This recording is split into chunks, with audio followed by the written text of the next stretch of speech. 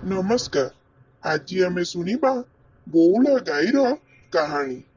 आसंतु आरंभ करिबा। गोटे गाँरे गाईटीए थाए। ता ना बौला। तार गोटे छोट कअला बाछुरी थाए। दिने से तार बाछुरी को छाड़ी अन्य पशुमानंक सह चरिबाकू जाइथिला। बौला गाई स्वभावरे बहुत भल थिला। से केबे काहार अमंगल चिंता करे नाही ଏବଂ ଭାରି ମିଷ୍ଟଭାଷୀ ଥିଲା। ଅନ୍ୟ ଗାଈମାନଙ୍କ ସହ ମିଶି ସୁନ୍ଦର ଛନଛନିଆ ଘାସ ଓ ଲଟା ଖାଉ ଖାଉ ସେ ତାର ଗୋଷ୍ଠୀଠାରୁ ଟିକେ ଦୂରକୁ ଚାଲି ଯାଇଥିଲା। ଯାଉ ଯାଉ ସେ ବଣକୁ ପଶି ଯାଇଥିଲା। ବଣରୁ ଫେରିବା ବେଳକୁ ସନ୍ଧ୍ୟା ହୋଇଗଲା। ବାଟରେ ଗୋଟିଏ ବାଘ ଦେଖିଲା। ବାଘ ଝପଟ କରି ତାକୁ ଲମ୍ଫ ମାରିଲା ବେଳକୁ ବଉଳା ଗାଈ ଡରିଗଲା।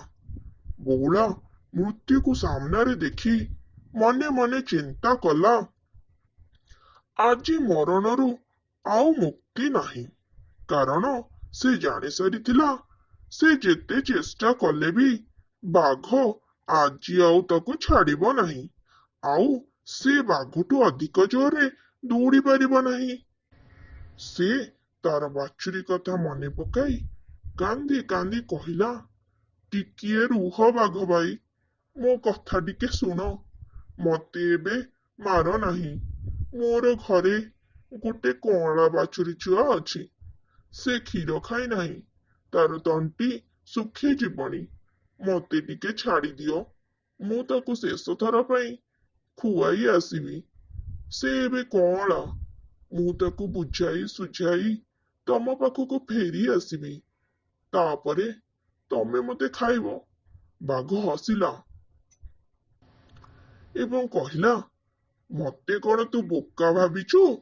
ଶିକାର ଥରେ ଗଲେ ଆଉ କଣ ଫେରେ? ତୁ କଣ ଆଉ ଫେରିବୁ? ବଉଳା ବହୁତ କାକୁତି ମିନତି କଲା ଏବଂ ବଚନ ଦେଇ କହିଲା, ମୁଁ ସତ୍ୟ ବଚନ କହୁଛି ବାଘ ଭାଇ, ମତେ ଥରେ ବିଶ୍ୱାସ କର। ମୁଁ ଖାଲି ଥରଟିଏ ମୋ ବାଛୁରୀ ପାଖକୁ ଯିବି, କ୍ଷୀର ଦେଇ କୋଳେଇବି, ତାପରେ ତମ ପାଖକୁ ଫେରି ଆସିବି। ମୁଁ ସତ୍ୟ କରୁଛି। ଏକଥା ଶୁଣି ବାଘ ମନରେ ଟିକେ ବିଶ୍ୱାସ ଆସିଲା। ସେ ରାଜି ହୋଇଗଲା ଓ ବଉଳାକୁ କହିଲା, ହଉ ତୁ ଯା। ମୁଁ ଏଇଠି ତୋ ଆସିବା ବାଟକୁ ଅପେକ୍ଷା କରିଛି। ବଉଳା ବହୁତ ଖୁସି ହେଲା ଏବଂ ତା ବାଛୁରୀ ପାଖକୁ ଚାଲିଗଲା।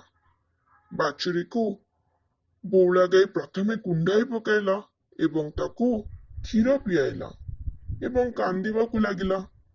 ତାକୁ ଜୀବନର ଶେଷ ବିଦାୟ ଦେବା ପୂର୍ବରୁ ସ୍ନେହର ସହ ଦୁନିଆର ରୀତିନୀତି ବୁଝାଇ କହିଲା, ଜୀବନର ଚଲା ପଥରେ ଆସୁଥିବା ବାଧାବିଘ୍ନର ସାମ୍ନା ଏକୁଟିଆ ସାହସର ସହିତ କରିବାକୁ ପଡ଼ିଥାଏ। ଏହି ଶିକ୍ଷା ଦେଇ ବିଦାୟ ନେଲା ଏବଂ କିଛି ସମୟ ପରେ ବାଘ ପାଖକୁ ଫେରି ଆସିଲା। ବାଘ ବଉଳାକୁ ଦେଖି ଆଶ୍ଚର୍ଯ୍ୟ ହେଲା।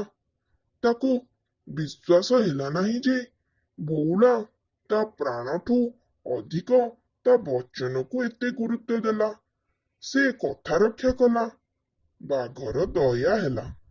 ସେ କହିଲା, ତୁ ସତ ରଖିଥିବାରୁ ମୁଁ ତତେ ଛାଡ଼ିଦେଲି। ତୁ ଯା, ତୋ ବାଛୁରୀ ସାଥିରେ ଖୁସିରେ ରହିବୁ। ବଉଳା ଆନନ୍ଦରେ ତା ବାଛୁରୀ ପାଖକୁ ଧାଇଁ ଗଲା। ଏହି କାହାଣୀରୁ ଆମେ ବୁଝିପାରିଲେ ଯେ ସତ୍ୟରେ ହିଁ ସବୁବେଳେ ଜୟ ହୁଏ। ଯଦି ଆପଣମାନଙ୍କୁ ଆମ ଗଳ୍ପଟି ଭଲ ଲାଗିଥାଏ ତାହେଲେ ଲାଇକ୍ କରନ୍ତୁ, ସବସ୍କ୍ରାଇବ କରନ୍ତୁ ଓ କମେଣ୍ଟ ଦିଅନ୍ତୁ।